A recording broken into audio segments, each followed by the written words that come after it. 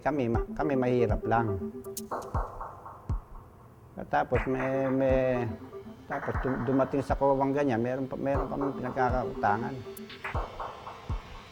Kaya napakasakit sa amin yan. Yung last time pa ako nagkautang at pinagpipirma ako, nakakalungkot naman. Kailangan lang kalinaw-linaw kung ano ang magiging pangyayari dyan sa kaso namin na yan. Gusto ko bago ako, hindi mo maiwasan talaga, bago ako mamatay, malinis yung pangalan pati ng mga anak ko. Na yung ama nila kahit kailan hindi nangutang.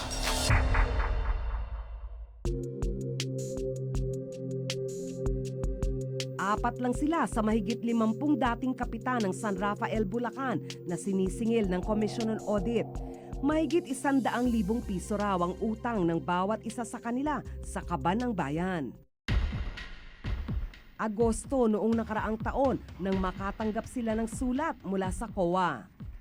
Nakasaad dito na noong 2007, bawat isa sa kanila ay umutang daw ng 120,000 pesos mula sa isang non-government organization na nagpatupad ng livelihood project at medical assistance sa kanilang distrito. Kaya nagulat nga po kami dahil ala namang kaming natatanggap na gano'n, hindi naman namin alam yung mga pangyayari na yon. Sinisingil kami ng COA. Na kaming araw po may pagkakautang na 120,000. Ang Economic and Social Cooperation for Local Development Foundation Incorporated o ECOSOC, ang NGO na namahala raw sa proyektong ito. Sa ipinakitang disbursement voucher ng ECOSOC, nakapirma ang mga kapitan na isang patunay na tinanggap daw nila ang pondo. Lahat po yung pong pirma, peke po yun dahil hindi naman po kami talaga may pirma nun. Unless na yung pera was released in the form of check, matitrace mo or kaya bank deposit. Pero the moment na yung pera ibinigay in the form of cash or voucher, doon na nagsisimula yung issue ng corruption kung natanggap ba talaga or hindi.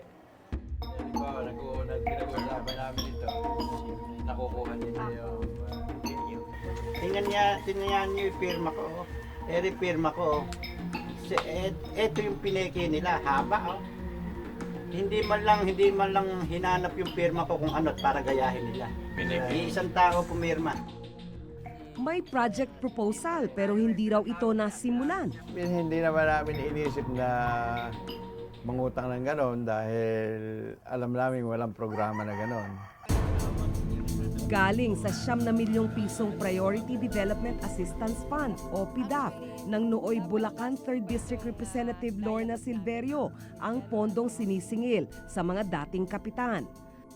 Ang ECOSOC ang namahala sa pondo sa bisa ng isang Memorandum of Agreement noong 2007 sa pagitan ni dating Congresswoman Lorna Silverio, ECOSOC at DSWD. Kaming ganon ay inaatasan ng batas, yung Republic Act 4373 na nagre-regulate ng social work profession ng existence ng mga non-government organizations na involved sa social welfare and development. Mahigit 70 pamilya ang makikinabang daw sa livelihood assistance base sa proposal na isinumite sa DSWD. Dahil pondo mula sa PDAF ni dating Congresswoman Lorna Silverio ang gagamitin, parte rin siya sa monitoring ng pera at ng proyekto. Ma'am, ito yung yung barangay hall na nung akin nanunungkulan ng up to 2002 hanggang 2007. Nanindigan ang mga nakausap naming dating kapitan ng 3 distrito ng Bulacan na wala silang natanggap na pera mula sa ECOSOC. 4 sa kanila ang nagsampa ng magkakahiwalay na reklamo sa Ombudsman Enero nitong taon laban sa dating Congresswoman Silverio at sa mga opisyal ng ECOSOC. Kami nag-usap-usap na 4. Meron nag-alok naman kaibigan namin ng attorney. Yun na nag-file. Yung aming kaso sa Ombudsman. Ilan sa mga kasong isinampa ay ang falsification of public documents na isang paglabag sa revised penal code dahil sa pamemeke ng pirma ng mga dating kapitan. kabilang din ang grave misconduct and serious dishonesty. Sinubukan naming kunin ang panig ni dating Congresswoman at ngayon San Rafael Mayor Lorna Silverio pero tumanggi siyang magbigay ng pahayag. Sa kanyang counter affidavit noong nakaraang Mayo, itinanggi niya ang kanyang partisipasyon sa mga irregularidad na nangyari sa pamamahagi ng pondo. Wala rin daw siyang kinalaman sa pagpuproseso ng mga voucher kung saan pineke raw ang mga pirma ng mga dating kapitan. Kasalukuyang nakabinbin sa tanggapan ng ombudsman ang kaso. Wala pa ho kaming natatanggap na linaw sa ombudsman. Abogado lang ang nagsasabi sa amin ng gano'n, nagbabalita sa amin na nilalakad niya. 4 sa 7 incorporators at miyembro ng ECOSOC ang nagsumite ng kanilang counter affidavit. Itinanggi nila ang kanilang partisipasyon sa proyekto.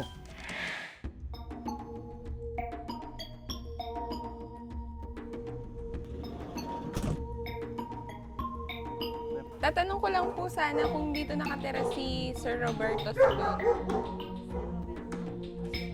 Roberto Solon. Wala pong nakatirang ganun dito. Ang executive director ng ECOSOC na si Roberto Solon na siyang nakapirma sa mga vouchers na isinumite sa COA, wala na raw sa dati nilang tirahan. Sinadya din namin ang address ng iba pang opisyal ng ECOSOC. 2 sa kanila ang tumangging magbigay ng pahayag. Ang iba, hindi namin natagpuan. Ay, magandang hapon po. Itatanong ko lang po, dito po ba nakatira si Sir Nilo Gionson? Hinahanap lang po namin. May tatanong po sa mga. Saan na nga ba napunta ang milyong halaga? It remains to be seen talaga kung ano yung purpose ng grant at kung dapat ibalik siya. Pero hinahanap na ng COA yung pera sa barangay, meaning may obligation to return the money. So, without the missing link na NGO, mahirapan mong i-trace sino talaga yung humawak ng pera. So, ang dapat maimbestigahan dyan, yung NGO mismo na involved. Sa report ng Philippine Center for Investigative Journalism o PCIJ, 6 sa bawat 10 mambabatas ang ipinapasa sa NGOs ang kanilang pork barrel. Dagdag pa sa ulat, sa mahigit 200 NGO na may unliquidated cash advances mula sa pork barrel, hindi bababa sa 6 ang may kaanak na mga kongresistang nagbigay ng pondo. Sa nakaraang dekada, umaabot sa 770 million pesos ang halagang hindi na ililiquidate mula sa pork barrel na ibinibigay sa mga NGO.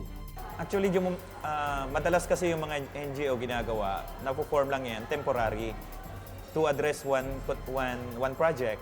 Magtatayo ka ng NGO ngayon, gagamitin mo sa project bukas. After that, hindi na siya magpe-perform. Patuloy na umaasa ang mga kapitan ng Barangay San Rafael na magkakaroon ng linaw ang kanilang ipinaglalaban. Masakit po. Sa punta ko na kung nag-include ng tama, maayos. Tapos hindi tapos natin kasi problema pa ako. Kautang pa ako, hindi ko alam. Gusto lang po namin lumitaw ang katotohanan kung sino may gawa niyan para malinis yung aming pangalan.